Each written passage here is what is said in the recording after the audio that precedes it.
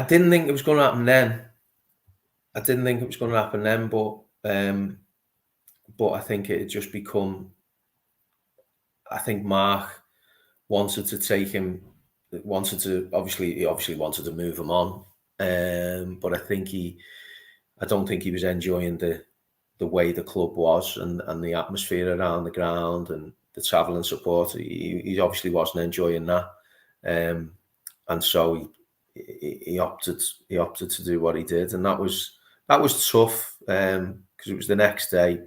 Brabs phoned me and told me he said he felt it was coming, and it was tough, and he said Mark's going to ask you to take over, and I was like, I've just come in with you, and it was a tough one. And then Mark phoned me up 10 minutes later, and he said, look, I'd like you to just steady the ship and just try and get a bit of calmness in there. Obviously, you know the group, and so I said to Brabs, I said, look, what do you think? He went, no, you've got to do it. You've got to do it.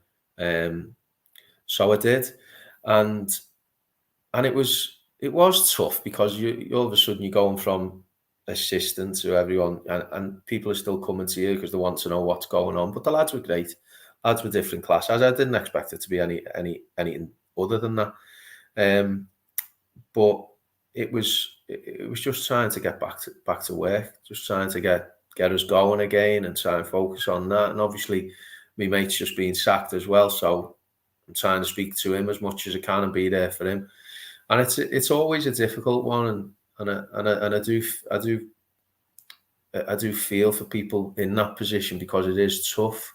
You know, and unless you get the bullet yourself as a member of the staff, it's hard to walk, because you're not on massive money, and you've still got to earn your wages. And it's different when a manager gets the bullet. You know, there's often a severance package involved.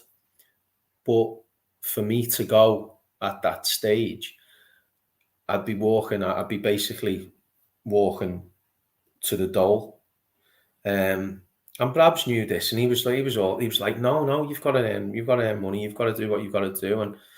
And so Mark had explained to me how it'd work and what we'd be doing, and it'd just be a case of me, you know, doing what I've always done, take training and get the lads organised and prep for games. And that's all I was doing.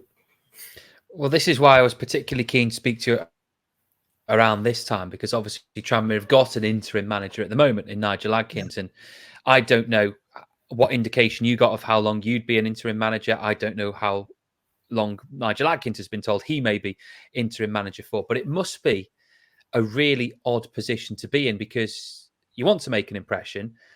You kind of maybe feel that you need to make an impression to show that you can stay at the club. I don't know if you coveted the role full time yourself. How strange is it being a caretaker? It is, because you don't know from one day to the next what's actually happening. You're just babysitting. You know, you're just babysitting ultimately. The chairman said, you know, let's see how it goes, let's see how you do, and basically probably said things to keep me enthused and motivated. You know, but did I ever think I'd stand a chance? Not really.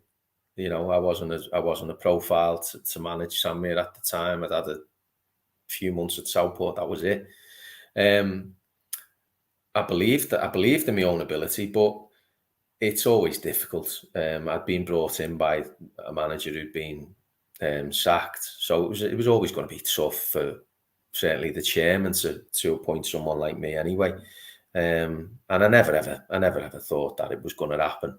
I think from a point of view of Nigel being an interim manager there, I think it's slightly different. He comes from a massive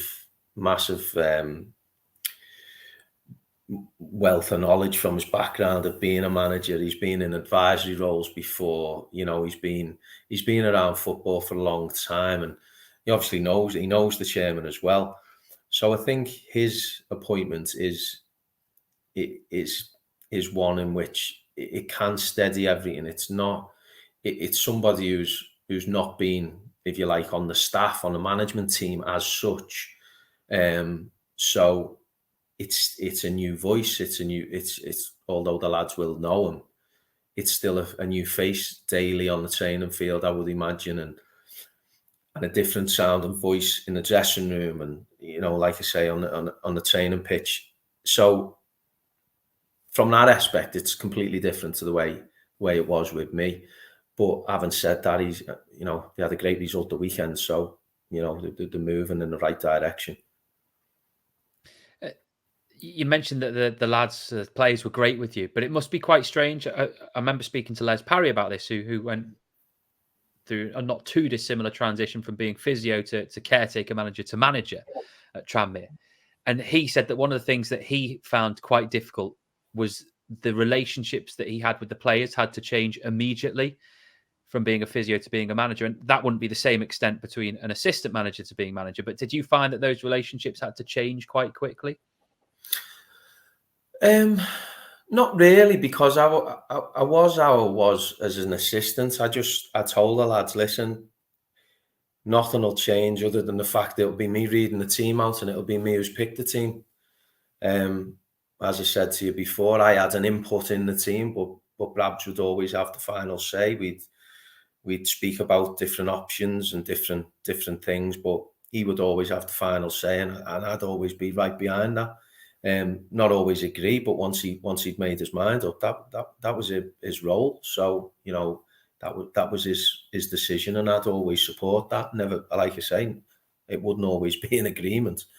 And I just made it clear to the lads, look, there's going to be decisions I make which might be different from what Brab's done, but ultimately I'm the same person. You still speak to me. I want to speak to you all, and if you get left out, I'll explain it to you, my reasons why, and that was it. It's how I like to be now, managing, and how I've always tried to be, and just be approachable and be somebody that the lads can talk to. So from my own experience, I tried not to change my role for the lads, really.